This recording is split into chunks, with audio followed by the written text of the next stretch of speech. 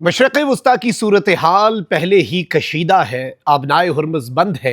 Saudi अरब आबनाए बाबुल मंदब का इस्तेमाल करके बहीरा अहमर से एक अल्टरनेट रूट की बात कर रहा है, लेकिन वहां पर यमन और यमन के हौसी एक अलग ही कहानी लिख रहे हैं। ऐन उसी मौके पर मुत्तहदा अरब अमारात के बहरी जहाज पर कब्जा हो जाता है। यमन के करीब यह कब्जा होता है। मशरक़ वस्ता में यूं लग रहा है कि फिर से एक आग ने सर उठा लिया है।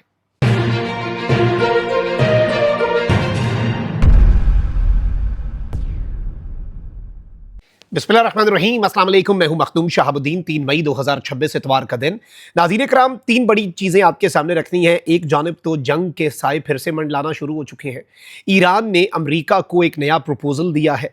उस प्रपोजल के हवाले से कुछ डिटेल सामने आ रही हैं, तो वहीं दूसरी जानिब ईरान आबनाए हुर्मुज़ के हवाले से एक नया कानून भी ला रहा है। फिर मुत्तहदा अरब अमारात के बहरी जहाज़ पर जो कब्जा हुआ है वो उससे भी ज़्यादा परेशान कुन और बड़ी डेवलपमेंट है। ये सारी चीज़ें डिस्कस कर लेते हैं, लेकिन उससे पहले अगर अभी तक आपने इस वीडियो को लाइक नहीं किया, लाइक जरूर कर दें। कमेंट सेक्शन में राय का इजहार भी कीजिएगा, और अगर हो सके तो इस वीडियो को आपने ज्यादा से ज्यादा शेयर करना है। सबसे पहले तो नाज़रीन कराम, मैं आपके सामने डिटेल्स रख देता हूं कि अमेरिका ने 9 नुकाती पीस प्लान जो है, एक प्रपोजल जो है, एक मुसव्वदा जो है, वो ईरान के सामने रखा थ्रू पाकिस्तान, और ईरान ने अब उसका 14 नुकात पर अपना जवाब दिया है। यानी ईरान ने कहा है कि 14 पॉइंट काउंटर प्रपोजल है हमारा, और इसमें ईरान क्या रहा है मैं आपको बता देता हूं। एक तो यह है कि end the war on all fronts including लबनान, यानी तमाम महाजों पर जंग रोक दें, और लबनान की जंग भी जंग बंदी नहीं, मुकम्मल तौर पे रोके। Withdraw all US forces from the region, इस खित्ते में से अमेरिका की तमाम फोर्सेस को निकाल लें, यानी अमेरिका अपने अड्डे भी खाली कर दे। लिफ्ट द नेवल ब्लॉकेड, जो आपने नेवल ब्लॉकेड लगाया है वो हटा दें। रिलीज फॉर फ्रोजन एसेट्स, जो आपने हमारे असासे मुंजमद किए वो रिलीज करें। पे वॉर, जो फाइन है, यानी वॉर में जितना नुकसान हुआ है वो भर दें आप। लिफ्ट ऑल सैंक्शंस और गारंटी नॉन एग्रेशन, और establish new mechanism giving Iran control over the strait of Hormuz, यानी आप तमाम सैंक्शंस भी हटा दें, आप नॉन एग्रेशन जो है उसकी गारंटी भी दें कि हमारे खिलाफ दोबारा जंग नहीं करेंगे, और एक नया मैकेनिज्म जो है वो लॉन्च करें जिसमें ईरान को आबनाए हुर्मुज़ का कंट्रोल दिया जाए। अमेरिका जो है कहा है कि भाई निगोसिएशन के दौरान हम एक 2 महीने का सीज फायर करते हैं। ये अमेरिका के प्रपोजल में था वेस्टर्न मीडिया के मुताबिक, लेकिन ईरान ने कहा नो, हमें ये कबूल नहीं है। और ईरान जो है वो ये कह रहा है कि भाई हम जंग खत्म नहीं करना चाहते। ईरान की शायद इस वक्त जो सोच है वो ये है कि हम ये जंग जीतना चाहते हैं, क्योंकि ईरान के जो मुतालिबात हैं, ईरान के ने जो नुकात रख दिए हैं, ये अनप्रेसिडेंटेड है, और ये कंप्लीटली ईरानियन विक्ट्री का ऐलान है। और अगर अमेरिका, इसलिए शायद डोनाल्ड ट्रंप जो है वो ईरान के इस प्रपोजल से भी नाराज रहा, खाइफ रहा, नाला रहा। अब नाज़रीन किराम, इंपॉर्टेंट चीज़ ये है, एक खबर आई है, ईरान की पार्लियामेंट के जो डिप्टी स्पीकर हैं उन्होंने कहा कि भाई उन्होंने ये कहा है कि आबनाए हुर्मुज़ को मैनेज करना एक एटमी हथियार हासिल करने से ज़्यादा अहम है। और वैसे भी ईरान को इस जंग में ये समझ लग गई कि एटमी हथियार से तो बड़ा हथियार आबनाए हुर्मुज़ उसके पास है। और इस सब के अंदर अब नाज़रीन कराम ये बताया जा रहा है कि ईरान जो है, ईरान की पार्लियामेंट के नायब स्पीकर हमीद रज़ा हाजी बाबाई जो है, उन्होंने कहा है कि एक नया कानून तैयार किया जा रहा है जिसके तहत इसराइली जहाज़ों को किसी भी वक्त आबनाए हुर्मुज़ से गुजरने की इजाज़त नहीं दी जाएगी। यानी इन ऑल केसेज इसराइल का जहाज़ तो गुजरेगा नहीं। कतरी मीडिया के मुताबिक ईरान की पार्लियामेंट के नायब स्पीकर जो है, उन्होंने अपने बयान में कहा कि मुजव्वज़ा बिल के तहत दुश्मन ममालिक के जहाज़ों को उस वक्त तक आबनाए हुर्मुज़ से गुजरने की इजाज़त नहीं होगी जब तक वो जंगी हर्जाना ना अदा करें। यानी इसराइल को तो वैसी इजाज़त नहीं होगी, आबनाए हुर्मुज़ का कंट्रोल ईरान के पास, और दुश्मन मुल्क का जहाज़ तब गुजरेगा जब वो जंग का हर्जाना देगा। यानी कोई भी मुल्क जो है वो तब गुजरेगा जब वो इस जंग के नुकसान का, अगर उस मुल्क की वजह से ईरान का इस जंग में नुकसान हुआ है, यानी अमेरिका और अमेरिका के मिडिल ईस्टर्न इत्तेहादी, तो ये एक बड़ी चीज़ है। उन्होंने कहा कि दीगर ममालिक के जहाज़ ईरान से पेशगी इजाज़त और मंजूरी हासिल करने के बाद ही गुजर सकेंगे। अच्छा, अब ये तो वो डेवलपमेंट्स हो गई जो आपके सामने रखना ज़रूरी थी नाज़रीन कराम, लेकिन वहीं दूसरी जानिब ईरान के ख़त्मुल अंबिया हेडक्वार्टर के ब्रिगेडियर जनरल सरदार जाफ़र असदी जो हैं, उन्होंने ख़बरदार किया है कि ईरान और अमेरिका के दरमियान दोबारा जंग छिड़ने के खदशात बहुत ज़्यादा बढ़ चुके हैं। मुसल्लह अफ़वाज किसी भी नई अमरीकी मुहिम जोई के लिए तैयार है। फारस न्यूज़ एजेंसी के मुताबिक ब्रिगेडियर जनरल सरदार जाफ़र असदी ने अपने बयान में कहा कि शवाहिद से ज़ाहिर है कि अमेरिका किसी मुआहदे की पासदारी नहीं करता। उन्होंने कहा कि अमेरिका और ईरान के दरमियान दोबारा तनाज़े का इम्कान मौजूद है। ना सिर्फ ईरानी मुसल्लह अफ़वाज और अवाम, बल्कि वो सियासी गिरोह भी, जिनमें कभी कभी इख्तलाफ राय तय होता था, आज मुत्तहिद हैं। ये बयान उस वक्त सामने आया जब अमेरिकी सदर ट्रंप ने कहा कि वो ईरान की मुज़ाकराती पेशकश से मुतमईन नहीं है। ईरानी सरकारी मीडिया के मुताबिक ईरान ने जुमेरात की शाम अपनी नई मुसविदा तजावीज़ जो है वो पाकिस्तान को दी थी और इसकी तफसीलात तो ज़ाहिर नहीं की थी, लेकिन अब वेस्टर्न मीडिया में चूंकि ये अमेरिका के पास भी आ चुका है मुसविदा, तो इसकी तफसीलात भी आ चुकी है।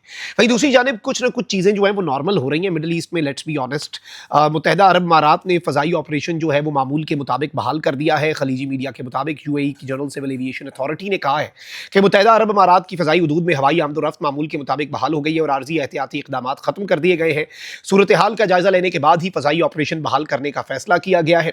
इन्होंने कहा कि फ़ज़ाई तहफ़्फ़ुज़ के आला तरीन मेयार को यकीनी बनाने के लिए मुसलसल और बरवक्त निगरानी जारी रखी जाएगी। अथॉरिटी ने अवाम से अपील की कि वो मालूमात के लिए सिर्फ सरकारी ज़राए पर ही एतमाद करें और ये तो वैसे भी होना चाहिए। स्पेशली यूएई के जो सिटीजन्स हैं उन्हें बहुत ज़्यादा मोहतात रहना चाहिए, बाकी अरब स्टेट्स के भी, और उन्हें सिर्फ और सिर्फ जो मुसद्दिक़ा इन्फॉर्मेशन है वो फैलानी चाहिए। इससे अफरा तफरी नहीं फैलती, इससे केओस नहीं फैलता और मुआशरा जो है वो ठीक तरीके से आगे बढ़ सकता है। अब नाज़रीन इकराम, एक और इंपॉर्टेंट चीज़ ये हुई है कि सऊदिया भी आपको पता है कि आबनाए बाबुल मंदब का इस्तेमाल करना चाहता है। वहाँ पर यमन है, यमन के हौसी उसे भी बंद कर सकते हैं। बहरा अहमर का मामला जो है वो अच्छा खासा ख़राब हो सकता है। ये सारी चीज़ें साइमल्टेनियसली चल रही हैं, लेकिन अब नाज़रीन इकराम यूएई फ्लैग्ड टैंकर जो है उसको सीज किया गया है, उसको कब्जे में लिया गया है और ये पायरेट्स की तरफ से, यानी जो बहरी कज़ाक होते हैं उनकी तरफ से इस जहाज़ को, बहरी जहाज़ को, जो कि मुत्तहिदा अरब अमारात का है और इसका नाम है यूरेका, और ये सेल कर रहा था। इसके ऊपर परचम जो है वो मुत्तहिदा अरब अमारात का था।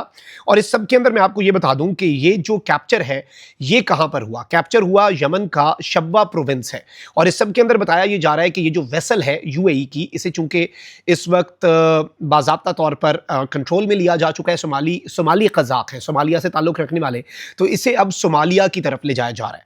और नेशनैलिटी और जो कंडीशन है क्रू की और इसके साथ साथ जो क्वांटिटी है और स्टेटस है कार्गो का, वो अभी तक नहीं बताया गया। सोमालिया की मैरीटाइम सिक्योरिटी एजेंसी ने अभी तक इसके ऊपर कमेंट नहीं किया। और इस सब के अंदर मैं आपको ये बता दूं कि अर्ली 2000s में, अर्ली 2010s में कुछ सोमालिया के कज़ाक जो हैं उन्होंने शिपिंग जो है बाबुल मंदब स्ट्रेट के अंदर, इसी जगह के ऊपर जो कि इंडियन ओशन को रेड सी और नहर स्वेज के साथ, स्वेज कनाल के साथ ये कनेक्ट करता है, उसके ऊपर 2000 के अवाइल में और 2010 के अवाइल में सोमाली कज़ाकों ने अच्छा खासा वक्ता डाला था, रोला डाल दिया था। और उससे क्या हुआ था, ये की ट्रेड रूट जो एशिया और यूरोप के दरमियान है इसे उन्होंने डिसरप्ट कर दिया था।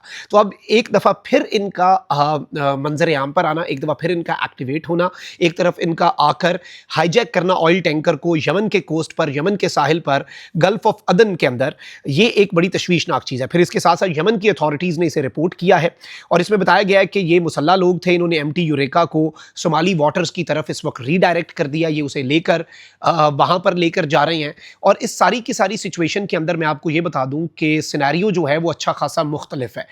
इस वक्त तशवीशनाक चीज़ ये है कि अबनाए हुर्मुज़ वाला मामला पहले ही तशवीशनाक सूरत इख्तियार कर गया है।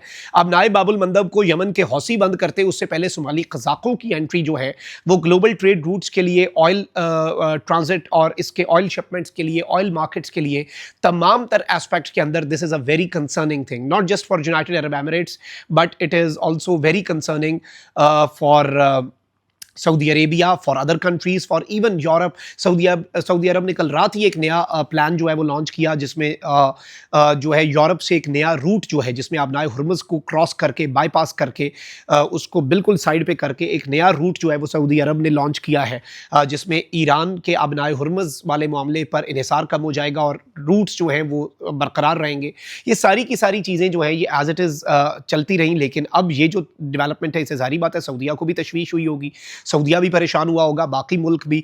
मैरी टाइम सिक्योरिटी के ऊपर बहुत से कंसर्न्स हैं। सबसे पहले तो prayers and safety for the wellbeing of the crew जो इस टैंकर के ऊपर था, जो इस वेसल के ऊपर था। सेकेंडली ये एक परेशान कुन चीज़ है, यमन के करीब से ये होना, अबनाए बाबुल मंदब और रेड सी और ये तमाम तर जगहें जो हैं इनको चोक करना और यहाँ पे सोमाली कज़ाकों का एक्टिव होकर यहाँ तक पहुँच जाना, this itself is very alarming. अपना बहुत ख्याल रखिए। निगमान, पाकिस्तान जिंदाबाद।